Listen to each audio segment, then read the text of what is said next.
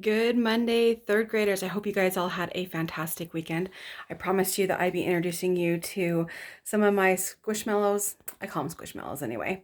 I introduced you to my penguin, and now you get to see my dinosaur. Look, he's really cute. He even has little ridges going down his back and a cute little tail. So, this is my friend Dinosaur. This morning, I couldn't find my kitty cats to show you this morning, but hey, they're around here somewhere, I'm sure. So let's go ahead and get this lesson started. I have some important information that you guys will need to know.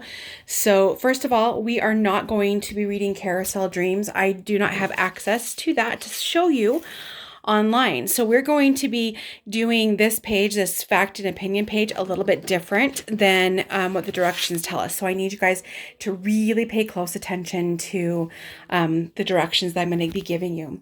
First thing I'm going to have you guys do is we're going to be working on fact and opinion. So remember, facts are things that are true, and they're always true no matter what.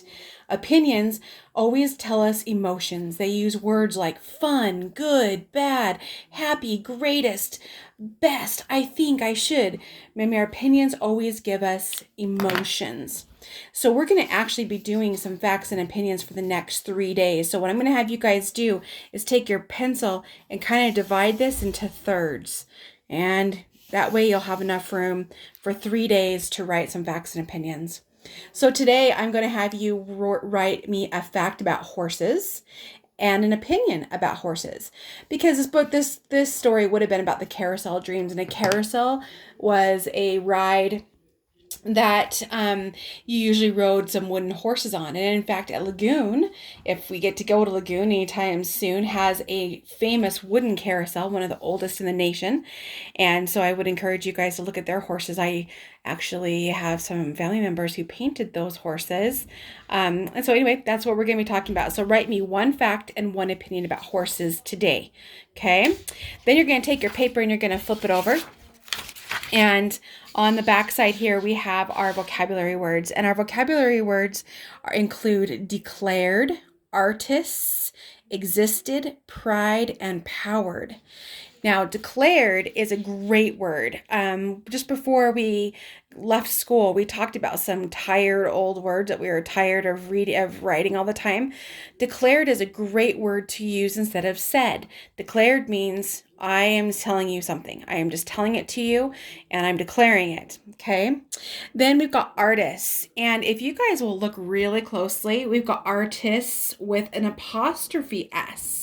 That is a possessive, which we are going to be talking about later this week. Artist means there is one artist, the person who makes art, and he or she owns something. That's when we put an apostrophe. And we're going to be talking about that quite a bit this week. So we're going to really look at that word. Existed means you pretty much are alive and well and being. So something that existed actually lived and was created and existed. That's a hard one to define, but existed means that you actually are present and alive. Pride. I have so much pride in my students. You guys are amazing. Pride means that I am excited and happy for all the accomplishments that you guys make.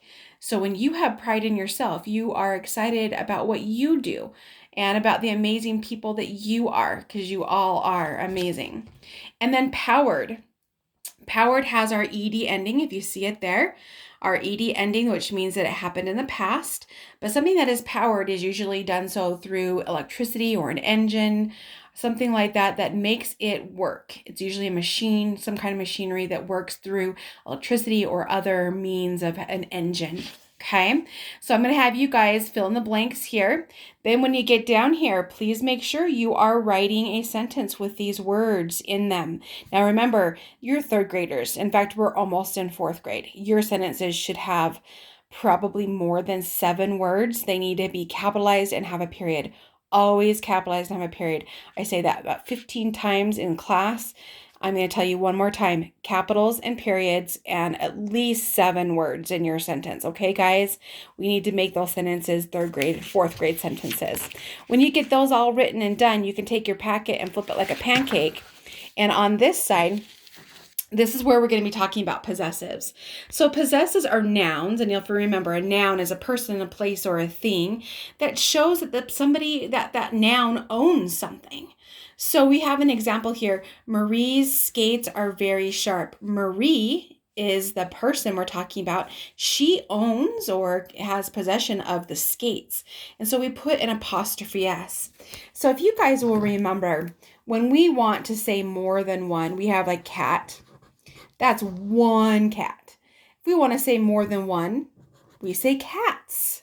That's more than one. There's no apostrophe there because we are just saying that this cat is more than one cat now. But if I want to say, like today I had to go find Bo's collar because Bo lost his collar outside. It's his collar. My cat has a collar.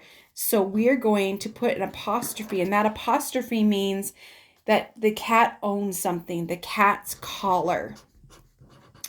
He owns something. That's one cat owning something, okay?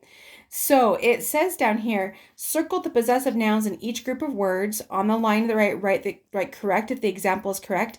If the example is incorrect, write the correct possessive noun. So we're going to do the first two together. Many trains, windows.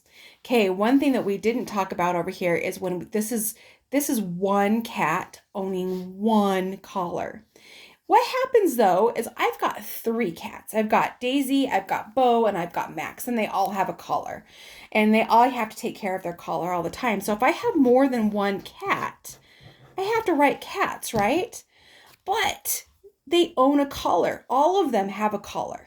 So I'm going to put my apostrophe at the end of this word.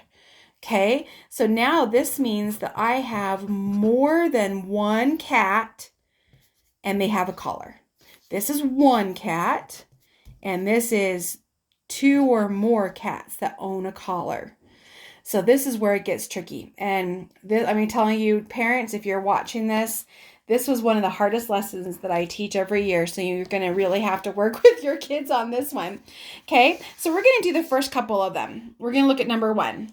Number one says, and I'm sorry about the shadows here, many trains, windows. So how many trains do we have? Do we have one train or do we have many trains?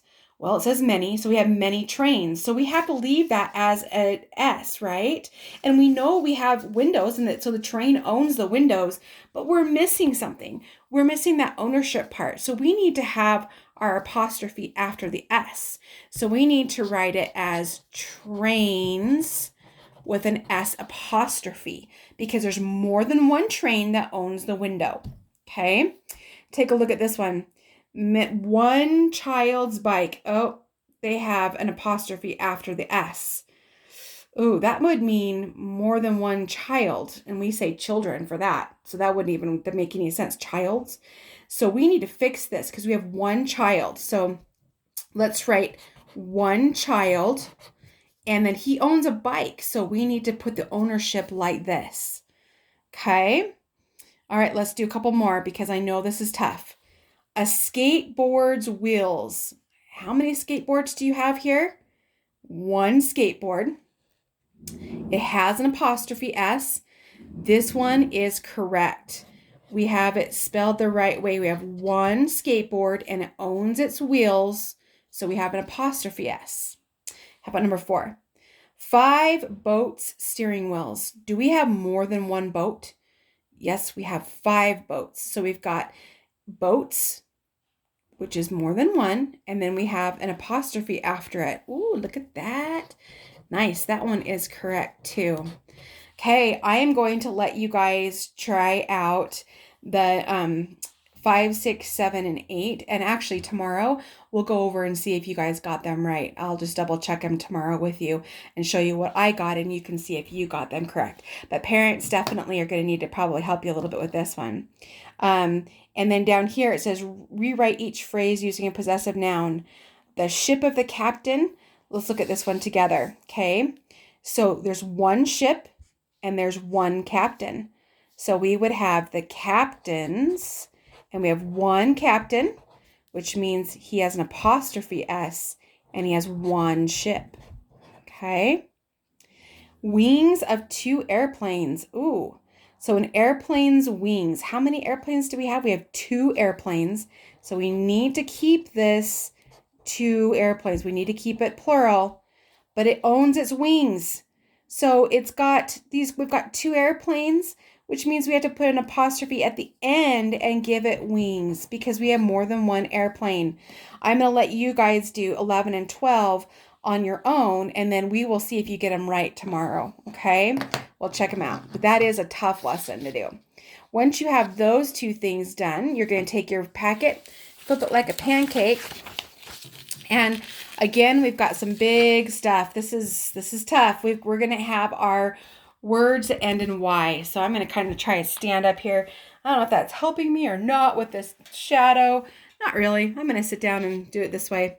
Okay, so we have these words that all have a Y. Now, Y is the wimpiest letter in our language. It is so scared of everything. It runs away if you put a suffix on the end of it. So we don't want to have Ys. The Ys are just too scared. So we have Ys that have to be changed to become a different become different. They have to change into an I. So anytime that we have to add an ES, says right there, an ES or an ED, and you have a Y at the end of the word, the Y runs away and our big, strong, powerful I comes. So for instance, if I have the word penny, I'm going to write it down here. Okay. I have the word penny.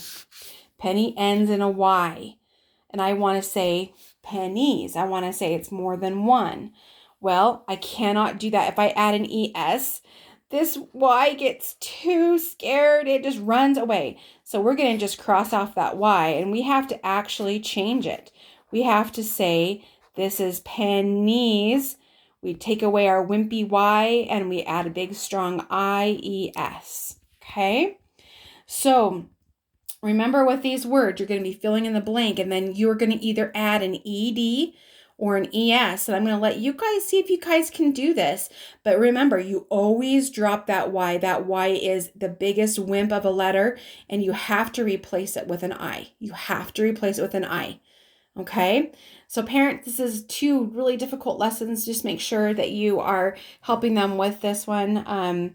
And I will go through and check it a little bit tomorrow. This week's lessons are going to be a little bit longer just because we are really getting into the nitty-gritty of 3rd grade. Please keep in mind that we are not going to be reading a story this week. We will be just doing the packet this week. Also, writing. Mrs. Dubler's daughter is ill, and so she will not be doing lessons, video lessons this week. We'll just be doing some paper lessons this week. Please keep your packets, you guys, and then I will have you guys turn them into me sometime this week, like hopefully by Saturday night. You guys can turn in all your packets to me or send me an email and let me know that you have done them, and then we'll kind of go from there and see what happens after spring break. I hope that you guys have a fantastic rest of your day. Enjoy your family, be safe, and know how much I miss you. And I'm going to actually go up to the school tomorrow, and so I will have the video for tomorrow, or for Tuesday, will be up at the school, and we'll take a look at what the school looks like with no students. So take it easy, guys. Let me know if you guys have any questions. Send me an email. Thank you. Bye.